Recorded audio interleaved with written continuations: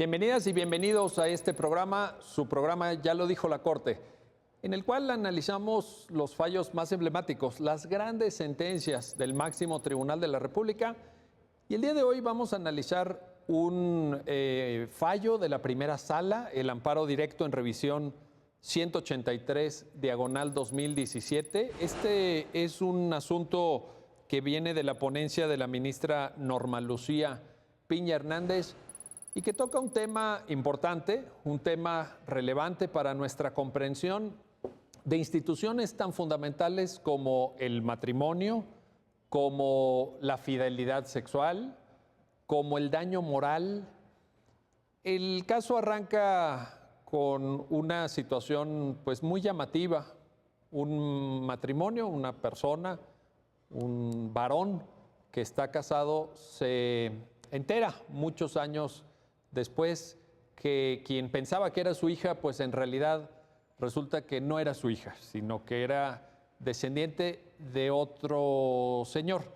Y a partir de ahí empieza un juicio, empieza un debate del mayor interés. Pero para platicar de esto y analizarlo a fondo, vamos a conversar con un experto, con un especialista que es el abogado Melesio Ramos. Melesio, un gusto tenerte en este programa y diría volver a tenerte, porque ya hemos tenido oportunidad de platicar. ¿Por qué no empezamos con un recuento? ¿Cómo se plantea el tema? ¿Cómo llega el caso a la Corte? Porque el caso viene de instancias inferiores, evidentemente, y nos puedes resumir un poquito los hechos alrededor de este importante asunto. Claro que sí, muchas gracias. Este asunto deriva, como bien lo menciona usted, doctor, de un asunto en donde hace muchos años, por ahí del año de 1985, dos personas, hombre y mujer, contraen matrimonio y 5 años después de que contrajeron matrimonio procrean a una hija. Después de procrear esta hija, que fue por ahí de 1990, se divorcian. Muchos años después de que acontece el divorcio, la hija que procrearon tiene ciertas dudas sobre su filiación, sobre el parentesco, porque ella considera que no tiene una identificación con el padre legal, con el padre que aparece en su acta de nacimiento. Considera que tiene más una afinidad con la actual pareja de su mamá, porque se volvió a casar después del divorcio. La mamá se vuelve a casar con otro señor. Con otro señor. Con el cual la descendiente es con quien convive, ¿entiendes? Exactamente. Como se casa con esta nueva persona, la hija vive con su padrastro y con su mamá. Entonces decide hacerse una prueba pericial en material genético, una prueba de paternidad, pero no con el padre que aparece legalmente en el acta de nacimiento, sino con la persona con la que se casó por segunda ocasión su mamá, que es su padrastro. Y los resultados del laboratorio arrojan que hay una prueba de paternidad positiva, es decir, que el padre legal no es el padre biológico, sino que el padre biológico es su padrastro en realidad. Ante esa circunstancia, la hija, la madre de la hija y el padrastro promueven un juicio de reconocimiento de paternidad para desconocer la paternidad legal que prevalecía respecto al padre original, y en ese juicio se emite una sentencia en la que se establece, por virtud de una nueva pericia de material genético, que en efecto el padre de la menor no es el padre legal, sino el padrastro, quien aparece como el padrastro. Ante esa circunstancia, el padre legal considera que hay una afectación a sus sentimientos, a su honor, a su reputación, a sus bienes inmateriales estricto sensu, ante la infidelidad en la que incurrió su exesposa y ante el ocultamiento de la paternidad o la verdadera paternidad de quien aparecía como su hija.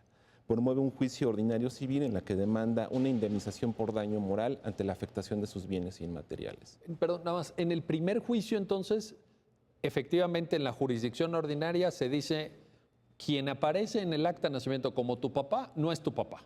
Pues si yo no soy el padre, entonces eso significa que mi exesposa, durante la vigencia del matrimonio, incurrió en una infidelidad sexual.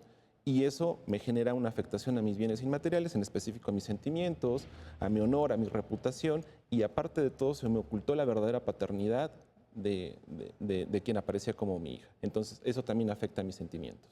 Por eso pide una indemnización por daño moral y aproximadamente reclama por ahí de 8 millones de pesos. Este nuevo juicio lo entabla en contra de su exesposa y en contra de quien en ese entonces aparecía como el padrastro y que ahora es el padre biológico de la hija que se había procreado. Estas dos personas son los demandados en el juicio civil por acción de daño moral. Exactamente, considera que estas dos personas, la exesposa y el nuevo esposo, la nueva pareja de su exesposa, desconocieron el deber de fidelidad sexual que debe imperar durante el matrimonio.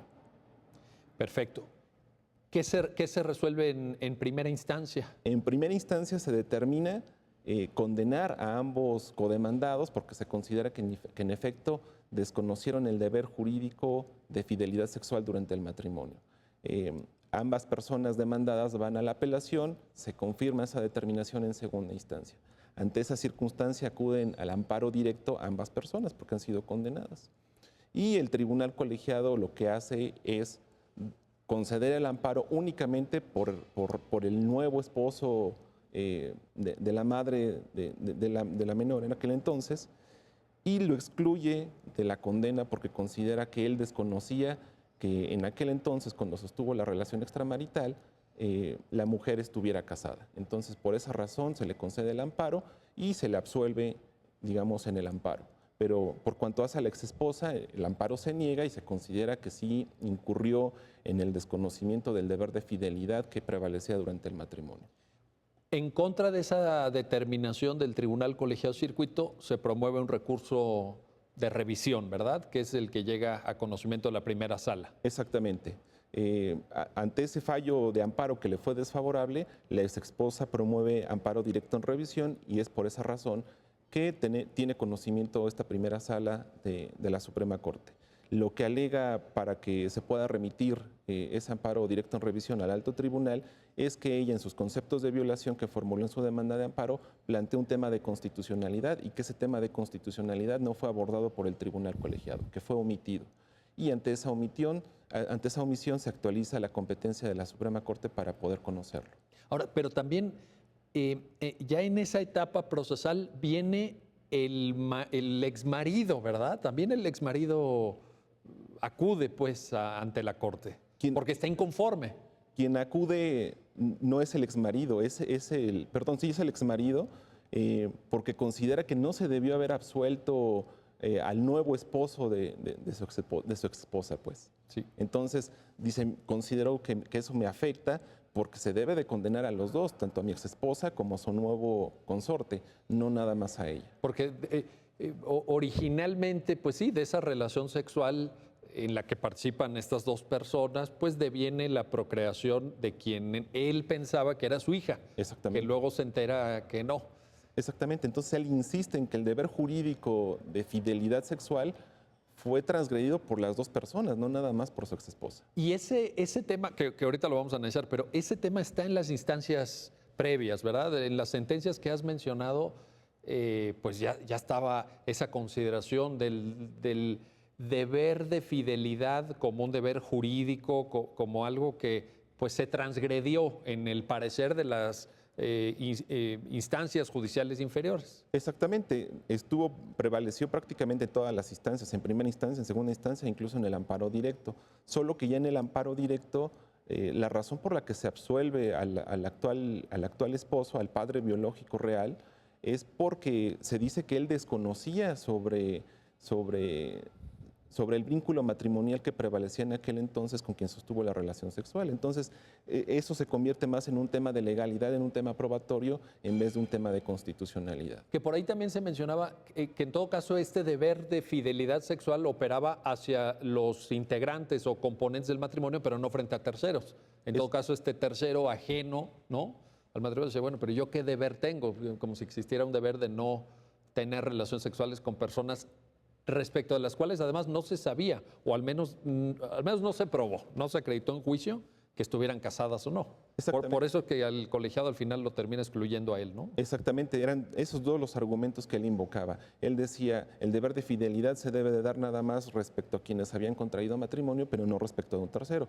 Ese era el primer argumento. El segundo argumento que él invocaba es que él desconocía que estuviera casada la persona con quien en su caso sostuvo una relación extramarital. ¿Y ese argumento no se desvirtuó? No, Nunca se pudo acreditar una cosa distinta. No, el único argumento que se analizó durante todas las instancias fue el relativo al desconocimiento.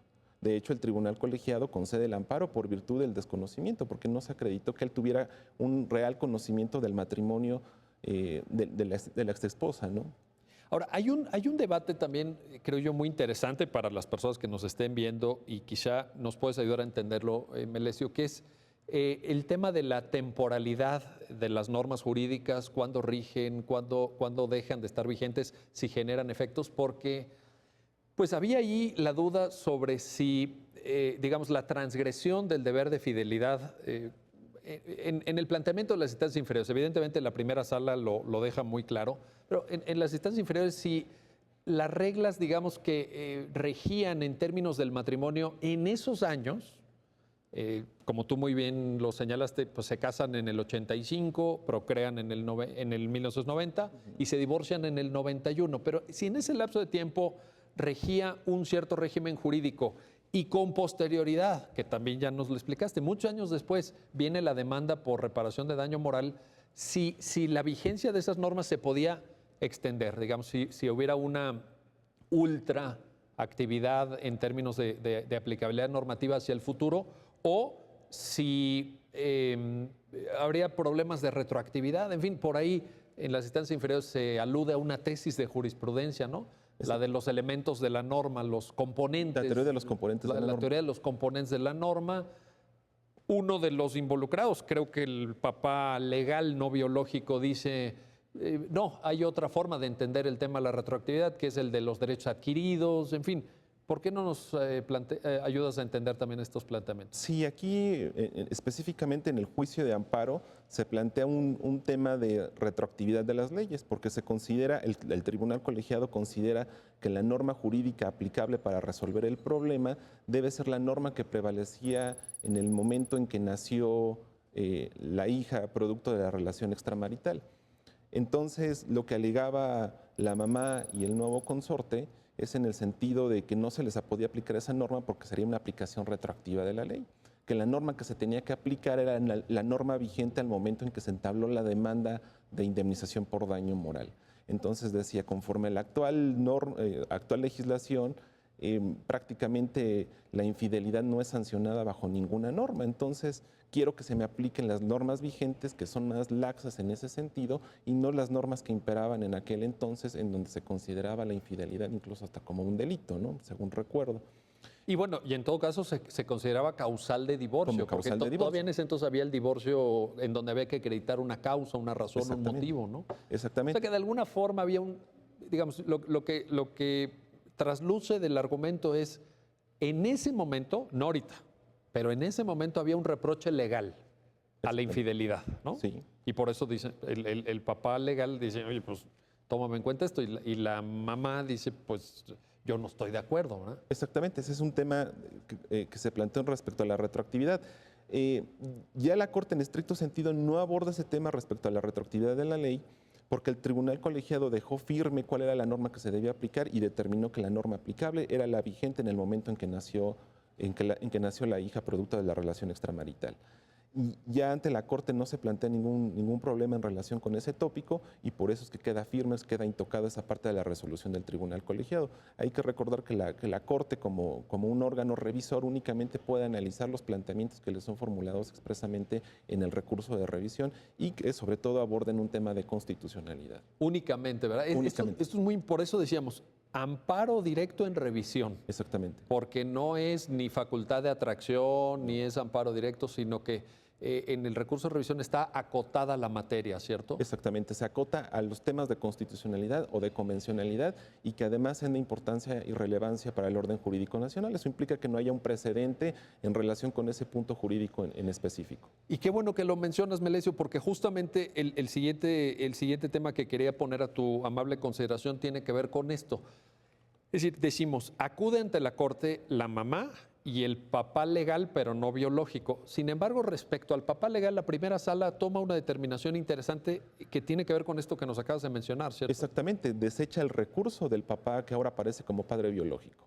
Le desecha el recurso porque lo único que plantea son temas de legalidad y esos temas no los puede abordar la Corte. Entonces, por esas circunstancias se determina únicamente admitir y analizar la cuestión de fondo por cuanto hace a la revisión planteada por la madre, no por el nuevo consorte. Porque además los temas de legalidad pues, quedaron a materia y conocimiento del Tribunal Colegiado Circuito, Exactamente. que ya se había manifestado. Exactamente, y ya no los podría analizar por virtud de la disposición legal que viene tanto de la Constitución como de la Ley de Amparo, no podrían ser analizados por el alto tribunal. Seguramente muchas de las personas que están viendo este programa, Melesio, se estarán preguntando, porque ya un poco lo mencionamos, lo comentamos, en fin, pero quizás sea momento de entrar al fondo. La infidelidad sexual, y vamos a ir analizando obviamente la respuesta que nos hagas favor de compartir, pero la infidelidad sexual desde el punto de vista de la Corte, ¿es motivo para imputar una responsabilidad por daño moral en México? No, la primera sala consideró que no es motivo para considerarlo como un hecho ilícito generador de responsabilidad moral susceptible de una indemnización pecuniaria. Pues no es acogido ese criterio por la Corte. Al contrario, los argumentos de defensa de la mamá como demandada desde el juicio original son los que prevalecen. Exactamente, esos fueron los argumentos que prosperaron finalmente, es decir, tanto en primera como en segunda instancia e incluso en el amparo directo, prevaleció el sentido respecto a que la infidelidad sexual sí puede dar lugar a la reparación del daño moral y a una indemnización pecuniaria. O sea, ganó el papá legal en esas tres instancias. Exactamente, porque se consideró que la infidelidad sí da lugar a un hecho ilícito y que ese hecho ilícito a su vez da lugar a una indemnización por daño moral. Sin embargo, aquí ante este otro tribunal se consideró lo contrario y por consecuencia se devolvieron los autos al tribunal colegiado para que con este nuevo pronunciamiento de la Corte emitieran un nuevo fallo. Bueno, pues seguramente quienes nos están viendo se preguntarán, ¿y entonces qué sucede? Entonces en México la infidelidad está permitida, no está permitida, no da lugar a reparación por daño moral, pero puede dar lugar a otro tipo de responsabilidades, etcétera. Y sobre esto vamos a platicar regresando de un corte. No se vayan porque como ustedes pueden ver, pues caramba, el tema está hoy de lo más interesante en este programa, en su programa. Ya lo dijo la Corte, estamos platicando con el abogado Melesio Ramos del amparo directo en revisión 183/2017. Una importante sentencia resuelta por la Suprema Corte de Justicia de la Nación, concretamente por su primera sala con una ponencia de la ministra Norma Lucía Piña Hernández, que genera una serie de reflexiones que estamos desmenuzando, analizando a detalle con Melesio Ramos, un experto, un especialista en estos temas que nos está compartiendo su análisis y que nos hace ver con mayor claridad los temas que aquí se ventilaron. No se vayan, regresamos enseguida.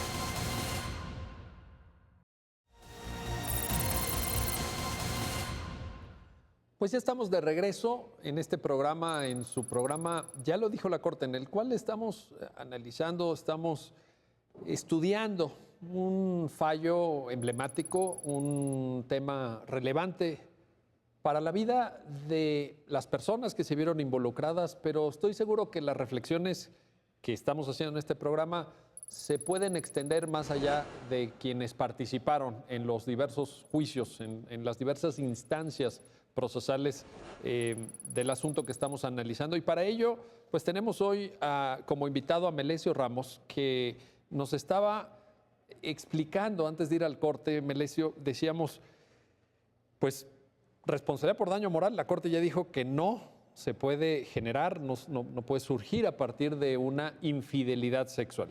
Sin embargo, yo te quería preguntar, entonces, aquí nos estamos adentrando ya en un tema que todos los que estudiamos Derecho, pues en su momento nos apasionó, diría yo, que es el tema de la responsabilidad. ¿Cuándo alguien es responsable frente a un daño que le pueda causar a terceros? Y en la sentencia hay un análisis muy detenido, la responsabilidad civil. Dice, la sentencia puede ser de origen contractual, de origen extracontractual. ¿Por qué no nos compartes una reflexión al respecto? Claro que sí. La responsabilidad civil, en términos estrictos, es la obligación de reparar daños y perjuicios derivados de una acción u omisión. La responsabilidad civil puede tener un origen contractual y un origen extracontractual. El origen contractual, como su nombre lo indica, deriva de una relación, de un pacto volitivo que celebran las partes y se hacen recíprocamente o se establecen pactos que derivan en derechos y obligaciones recíprocos. Es un acuerdo de voluntades. Un acuerdo de voluntades, en donde una de las partes incumple y eso da lugar a que la otra parte, la parte cumplida, pueda demandar la reparación tanto de daños patrimoniales y eventualmente también la reparación de daños materiales, inmateriales, perdón, en caso de que estos también se hubieran causado. Eso es por cuanto hace a la responsabilidad civil contractual. Por cuanto hace a la responsabilidad civil extracontractual, esta no deriva de una relación o de un pacto volitivo, sino que deriva de hechos ajenos a este tipo de relaciones. A su vez, la responsabilidad civil extracontractual puede ser tanto subjetiva como objetiva. La subjetiva tiene un elemento psicológico porque de alguna forma implica implica la voluntad de una de las partes o de una de las personas que intervienen en este tipo de relación, en donde dependiendo de su voluntad puede afectar o no a ciertas personas y puede haber un dolo o una culpa dependiendo cómo se actualice. Hay una actuación dolosa cuando implica un actuar específico dirigido a afectar a una persona. Cuando alguien quiso causar el daño. Exactamente. Y una cuestión culposa es cuando por una mera negligencia, por no observar un deber de cuidado, incurre en responsabilidad. El caso más frecuente es una negligencia médica, ¿no? En donde el médico por una falta de cuidado le genera una afectación al paciente que no tenía previamente a. Eso es en estricto sentido la responsabilidad subjetiva y la objetiva está desprovista de cualquier elemento psicológico. Se actualiza por el mero uso de instrumentos peligrosos, que por la velocidad que desarrollen, por la energía eléctrica que utilicen o por lo explosivos que sean, puedan generar un daño a otras personas. Entonces, por ejemplo, el uso de una maquinaria pesada que daña una vivienda, eso implica una responsabilidad civil objetiva. Está desprovista de cualquier acto de voluntad. Claro, no se quería generar ese daño, pero bueno, al fin y al cabo se tiene que responder por él, porque el daño finalmente se causó. Exactamente. Eso es en términos muy amplios en lo que consiste la responsabilidad civil objetiva. En todo este género de formas de entender, de variedades de la responsabilidad civil, lo cierto es que hay un deber de reparación, digamos. Se genera la responsabilidad para quien causa el daño, habiéndose acreditado con todos los requisitos probatorios. Pero esta reflexión que está en la sentencia, porque la sentencia lo analiza de manera magistral y muy detallada en los términos que tú nos acabas de compartir, pero ¿cómo se proyecta esto al tema del matrimonio? Es decir, el matrimonio tradicionalmente, a lo mejor a muchos de nosotros nos explicaron en la carrera, es un contrato civil, pero no lo entiende de esta manera la Suprema Corte. Y entonces, ¿cómo aplica la reflexión de la responsabilidad? ¿Qué nos puedes indicar al respecto? Exactamente. El matrimonio, a pesar de lo que muchos sostienen, la Corte no lo considera como un contrato civil, no lo considera como una relación estrictamente entre particulares, en donde se hacen mutuas concesiones o se establecen derechos y obligaciones tal cual acontece en un contrato de naturaleza civil. Más bien se considera que es una institución y que es un acto-condición. A través de este acto-condición, un caso individual se coloca dentro de una situación jurídica general previamente creada por la ley. Por eso es que los doctrinarios consideran incluso que por virtud del matrimonio una persona decide incorporarse a una institución previamente creada por una ley, que es la institución del matrimonio, pero no es un contrato. Sí interviene la voluntad de dos personas para incorporarse a esta institución, pero no es un contrato como tal. Dice al respecto la sentencia también que el matrimonio tiene esta especificidad que nos permite distinguirlo o distinguir como institución, como muy bien lo señalabas, de contratos civiles en virtud de que tiene aspectos, digamos, que tienen que ver con la vida privada de las personas, pero aspectos de interés público. Sí, evidentemente la institución del matrimonio da lugar a muchos aspectos de interés público, los menores, la subsistencia del vínculo matrimonial per se, el divorcio, en fin, todas estas son cuestiones de interés público, pero no es propiamente que constituya un contrato privado, eso no lo podemos concebir así. Y a partir de esta idea, tampoco podemos considerar que existe una responsabilidad contractual cuando se incumple algún deber matrimonial. Ahí está el engarce, ¿verdad? Entre el tema de la responsabilidad civil y esta concepción que la primera sala afianza, que por cierto ha sido materia de análisis en otros fallos de la propia Suprema Corte. Ya había venido trabajando con el tema del matrimonio. Exactamente, ya hay varios precedentes en relación con este punto, destacando que no es un contrato y que no puede dar lugar propiamente a una responsabilidad contractual. Porque si fuera un contrato al uso, digamos, un contrato como nos lo explican los civilistas en la doctrina tradicional, efectivamente tendría mucho sentido lo que destacabas, en el sentido de decir, bueno, pues si incumpliste un deber, pero un deber dentro del matrimonio, un deber casi conyugal, Exactamente. eres responsable, me tienes que reparar, porque entonces, bueno, ahí la sala se separa, digamos, se distancia de esta visión y adopta una visión más vinculada incluso, yo diría, a derechos humanos. Hay una lectura constitucional y una lectura garantista de la institución matrimonial. Y esto se conecta con el próximo tema que te quiero plantear, Melesios, a ver si nos ayudas a entender. En la sentencia se menciona un tema, autonomía de la voluntad. Ese tema viene del derecho civil, nos lo explicaron a todos los que estudiamos derecho en la carrera, pero aquí la sala lo conecta con derechos humanos. Me llama la atención esto, cómo puede haber una relectura constitucional, digamos una comprensión vinculada con derechos humanos de una institución tan señera, tan claramente estructural y propia del derecho civil y casi del derecho civil tradicional. ¿Cómo construye su argumentación aquí en la sala? El argumento se construye a partir de la definición de estos conceptos como la autonomía de la voluntad, el libre desarrollo de la personalidad, la libertad sexual. En principio se dice que la autonomía de la voluntad es la posibilidad de decidir libremente sobre uno mismo y sobre las condiciones en las que desea realizar su propia vida, ¿no? Y esto sirve para engarzarlo con el concepto de libre desarrollo de la personalidad. El libre desarrollo de la personalidad en estricto sentido es la posibilidad de decidir o establecer nuestro propio proyecto de vida y los mecanismos que vamos a emplear para alcanzar ese proyecto de vida. Entonces, en suma, podemos decir que el libre desarrollo de la personalidad es la posibilidad de vivir o desarrollar nuestro proyecto de vida como nosotros queramos, siempre y cuando no afectemos a los demás o no afectemos a disposiciones de orden público, no incurramos en algún delito o no transgredamos los derechos de terceros. Y en el razonamiento de la sala eso engarza, desde luego ya aquí ya nos llevaste de la autonomía de la voluntad a un tema de derechos humanos, porque claramente la Corte ha dicho en diversos precedentes que el derecho al libre desarrollo es un derecho humano. Exactamente, así es un derecho fundamental tutelado en el artículo 1 de la Constitución. Y a partir de ahí, la sentencia de la primera sala lo engarza con libertad sexual. Es decir, libre desarrollo, digamos, autonomía de la voluntad, libre desarrollo, libertad sexual. ¿Cómo lo explica la sala? Exactamente, el libre desarrollo de la personalidad es un concepto muy amplio. Como comentaba hace un momento, finalmente la posibilidad de establecer libremente nuestro propio proyecto de vida y los mecanismos o instrumentos que vamos a emplear para alcanzar ese proyecto de vida. Ahora, este derecho al libre desarrollo de la personalidad abarca aspectos como el decidir contraer matrimonio o divorciarse, el poder establecer una identidad sexual o una identidad de género, el poder elegir un empleo o una profesión, es decir, abarca muchos aspectos. Por eso es que el libre desarrollo de la personalidad está relacionado con el matrimonio o bien con la posibilidad o con la aptitud que tiene uno para divorciarse y disolver el vínculo matrimonial. Esa es la relación que podemos establecer entre el libre desarrollo de la personalidad y el matrimonio. Que por cierto, todos estos aspectos que estás mencionando ya han sido materia de pronunciamientos por la propia Suprema Corte, ¿cierto? Exactamente.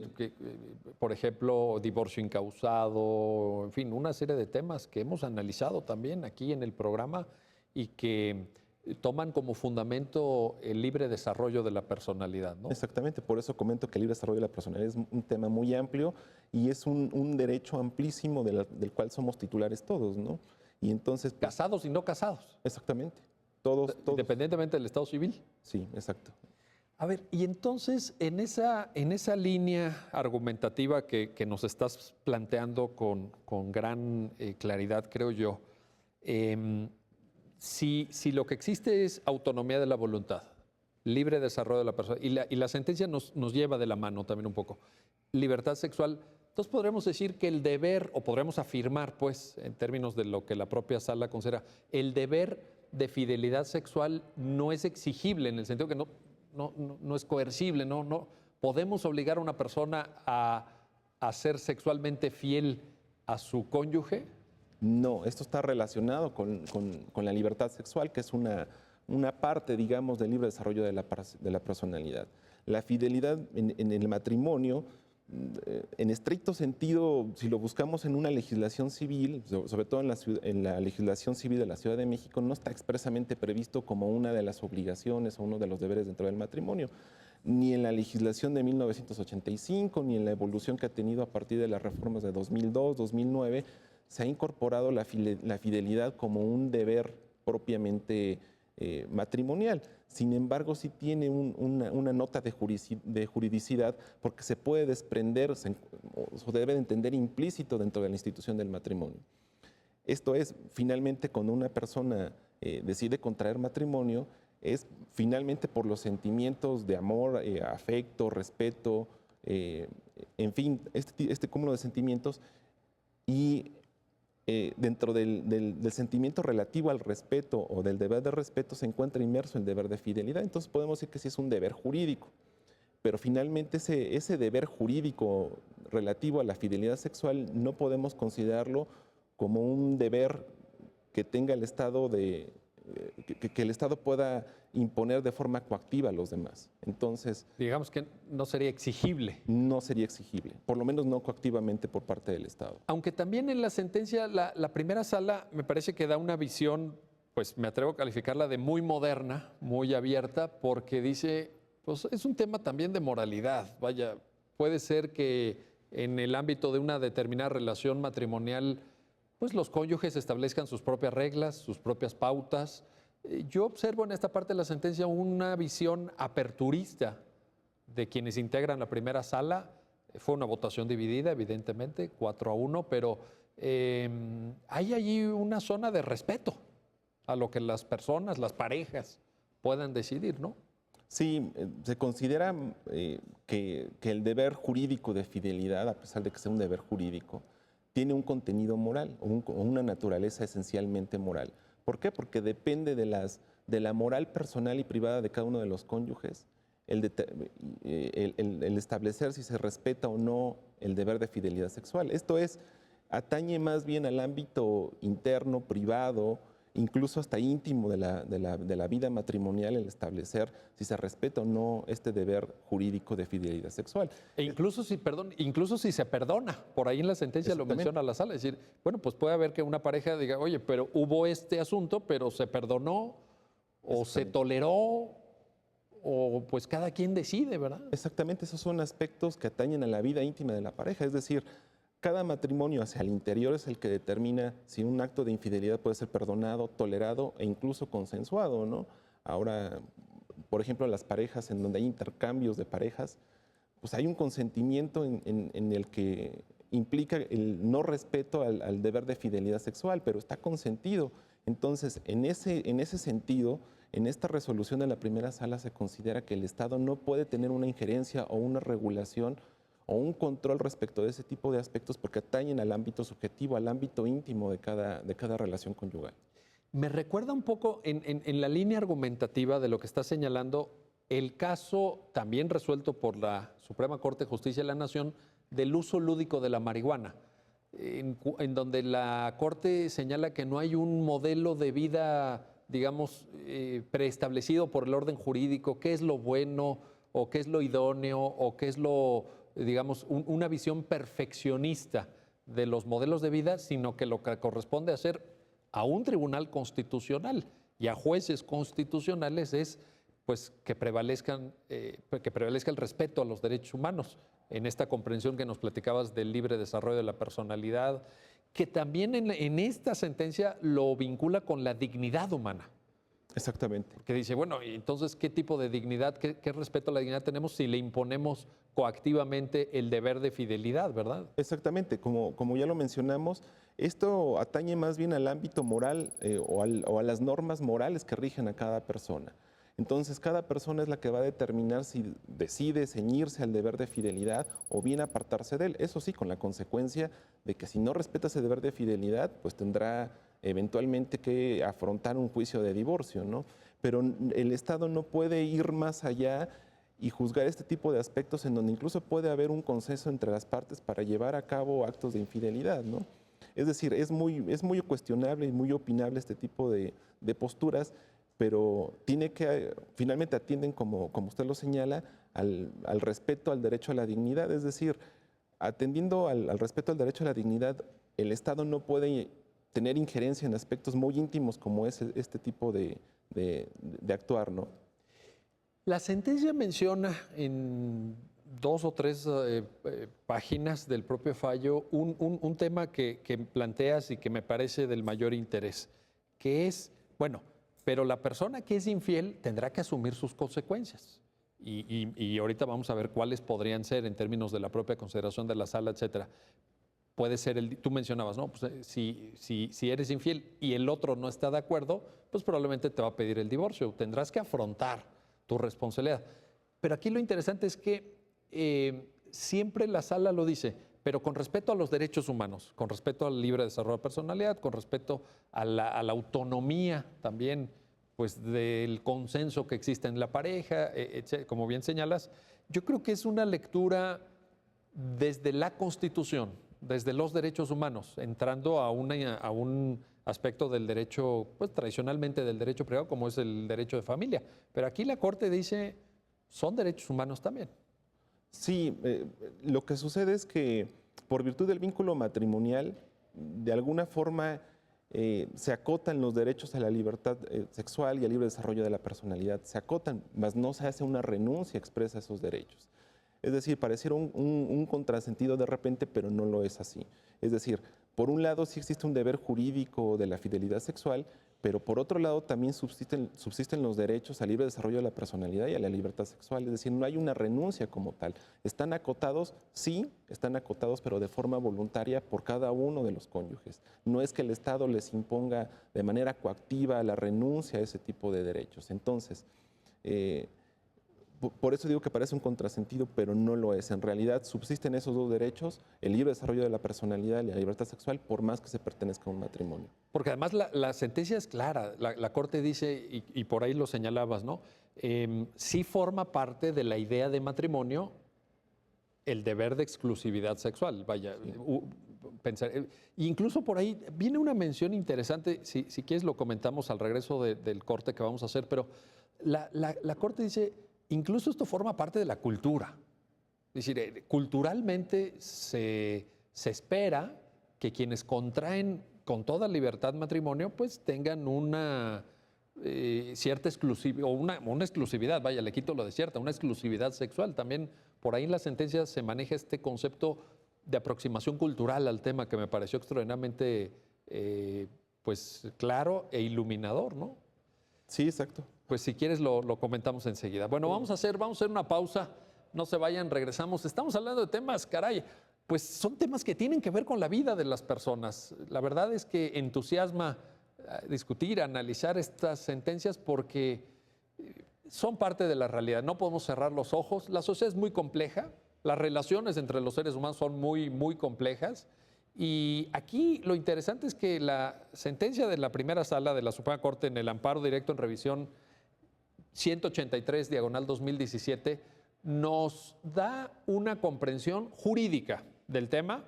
Hay una mención a la moralidad, no podemos separarlo, pero hay una lectura de la Suprema Corte desde los derechos humanos, desde la dignidad de todos y cada uno de los seres humanos. Dignidad, por cierto, que como muy bien nos lo aclara Melesio Ramos, no es renunciable en función del estado civil. Los derechos humanos que tenemos las personas nos acompañan siempre, nos acompañan en todo momento. Bueno, ya ven que estamos en temas muy interesantes. Regresamos enseguida a su programa. Ya lo dijo la Corte. Estamos conversando sobre los temas emblemáticos, los fallos más importantes del máximo tribunal de la República. Regresamos enseguida.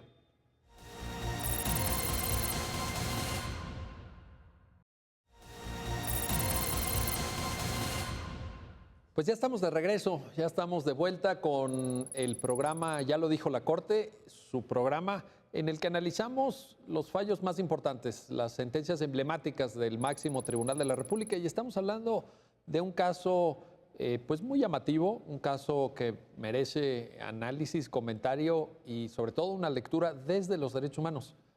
Un señor que estaba casado, contrae matrimonio con una señora, procrean una hija, se divorcian, la señora se vuelve a casar, la hija convive con su padrastro Y pasado el tiempo, por unos análisis genéticos, unos análisis de ADN, se enteran todos los involucrados que el papá legal, digámoslo así, pues no es el papá biológico, sino que el papá biológico es quien con posterioridad adquiere el papel de padrastro.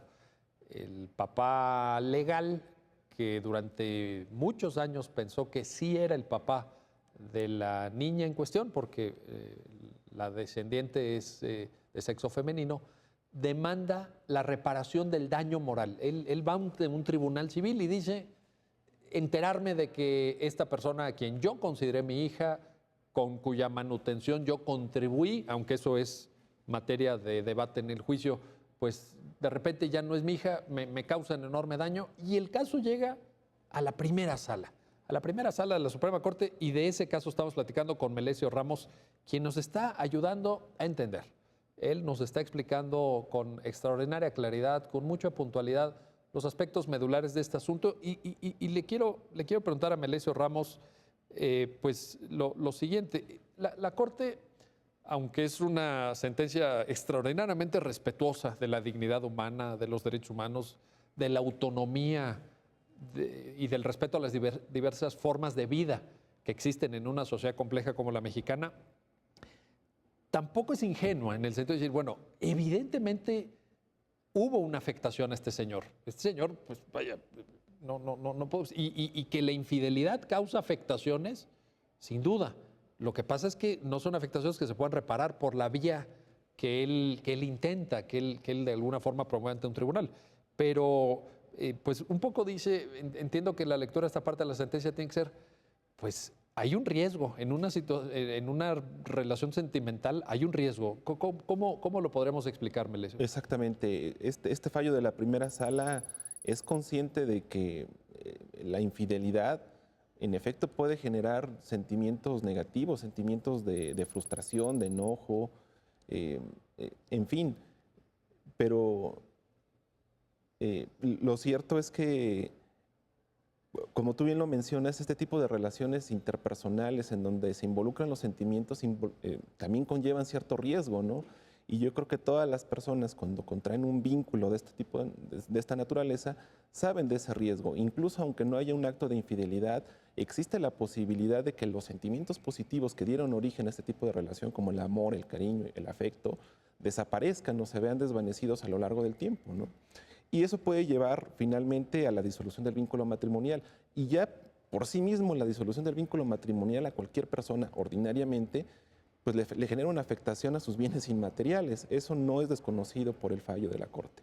Sin embargo, aun y cuando se causan ese tipo de sentimientos por una infidelidad o por el desconocimiento del deber jurídico de fidelidad sexual, ello no puede ser motivo de un reproche objetivo sancionable mediante una indemnización a la reparación del daño moral. El reproche más bien se queda dentro del ámbito de lo subjetivo, es decir, como ya comentábamos previamente, el origen de este tipo de vínculos en principio son los sentimientos positivos que se desarrollan y que finalmente llevan a dos personas a contraer matrimonio. Este tipo de deberes jurídicos como el deber de fidelidad sexual son deberes personalísimos. Es decir, dentro del matrimonio hay deberes tanto patrimoniales como personales. Los deberes patrimoniales sí pueden imponerse o exigirse de manera coactiva, sin embargo los deberes Por ejemplo, estaríamos hablando de un pago de alimentos. Exactamente, el pago de alimentos, el cumplir con el colaborar con los gastos del hogar, ¿no? Esos son deberes patrimoniales que sí se pueden imponer de forma coactiva. Sin embargo, ese tipo de deberes son deberes, dice la doctrina, de carácter personalísimo. Entonces, en donde está inmiscuido también aspectos de moralidad, aspectos relacionados con la vida íntima de la pareja, en donde el Estado no puede imponer coactivamente su cumplimiento.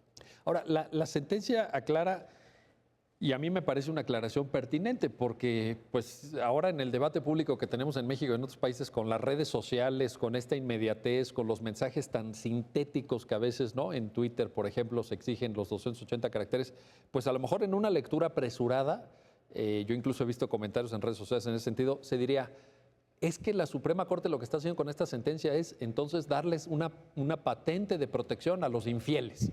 Entonces, ¿esta sentencia protege la infidelidad? La Corte lo aclara, ¿no? No, esta sentencia no conlleva una tutela constitucional de la infidelidad. Esa ¿no? frase que acabas de mencionar es muy buena porque lo dice literal la sentencia, ¿verdad? Exactamente. Es una frase... De hecho, se incorporó expresamente para... ¿Por qué no nos la vuelves a compartir? Así con esa claridad. Sí, la sentencia no tutela constitucionalmente la infidelidad. Perfecto. No hay una protección constitucional, la Corte lo dice, No. a la infidelidad. No es así. Lo que busca esta sentencia es tutelar el derecho al libre desarrollo de la personalidad y al libre desarrollo sexual. Esos son los derechos que sí tutela esto. Sin embargo, como yo decía, estos derechos no desaparecen por el vínculo matrimonial, solamente se acotan, pero se acotan de manera voluntaria por cada uno de los consortes.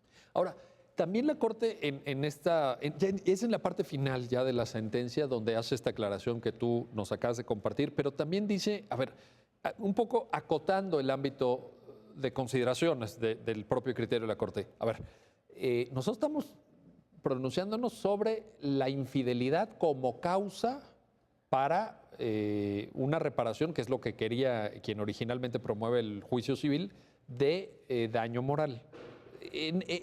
Hasta ahí llegamos nosotros, pero por ejemplo no dice, no estamos juzgando otros supuestos que la doctrina ha señalado también, porque hay una cita de doctrina, sobre todo de tratadistas de derecho civil españoles, ¿no? Y por ahí también se cita el Código Civil de España, en fin, hay un diálogo, creo, muy interesante con la doctrina, con el derecho de otro país, en fin, pero dice, no vamos a juzgar otros supuestos. Por ahí están mencionados varios, no sé si nos quieras compartir una reflexión al respecto. Sí, esto que usted apunta, doctor, es muy importante. Esta sentencia únicamente aborda el tema de la infidelidad en abstracto por sí misma, porque muchas personas en su ámbito interno pueden recordar varios supuestos o varias experiencias, incluso personales, en el sentido de que hubo una infidelidad y hubo algo más. Por ejemplo, una infidelidad incluso puede llevar a que, producto de la relación extramarital, el cónyuge infiel haya contraído una enfermedad de transmisión sexual y a su vez se la contagie a su pareja, ¿no? Entonces, ahí hay un elemento adicional a la infidelidad, ya no se queda en el mero ámbito de la infidelidad, sino que hay una circunstancia diferente que probablemente podría llevar a la reparación del daño moral, pero la Corte ya no analiza ese tipo de aspectos. Otro aspecto relativo o relacionado con la infidelidad puede ser también, como aconteció en este caso, el ocultamiento de la verdadera paternidad de los hijos, ¿no? O sea, con el ocultamiento, diríamos, doloso, vaya. Doloso, exactamente. Es decir, que el cónyuge, o en este caso la cónyuge infiel, tal vez pudo haber sabido quién era el verdadero padre de la menor y aún así lo ocultó durante 22 años, ¿no? Sin embargo, este aspecto ya no es analizado porque el tribunal colegiado ya no llega hasta ese punto. Entonces, como comentaba al principio, la Corte únicamente puede analizar lo que fue materia de análisis por el colegiado a su vez y lo que es planteado a su vez en los conceptos de agravio.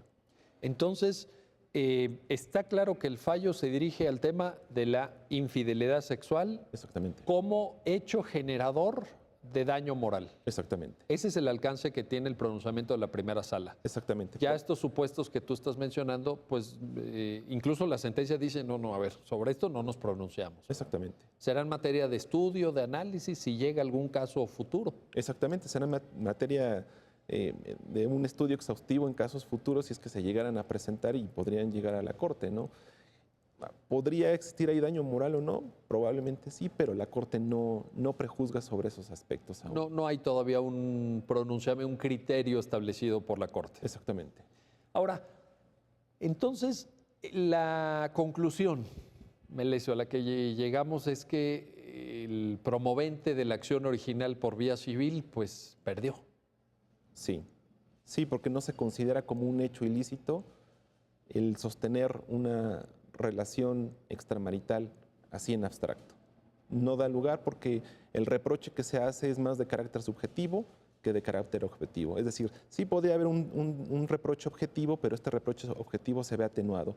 Y la única consecuencia que se puede prever para este tipo de circunstancias es la disolución del vínculo matrimonial, pero no el establecimiento de una condena a una indemnización por daño moral.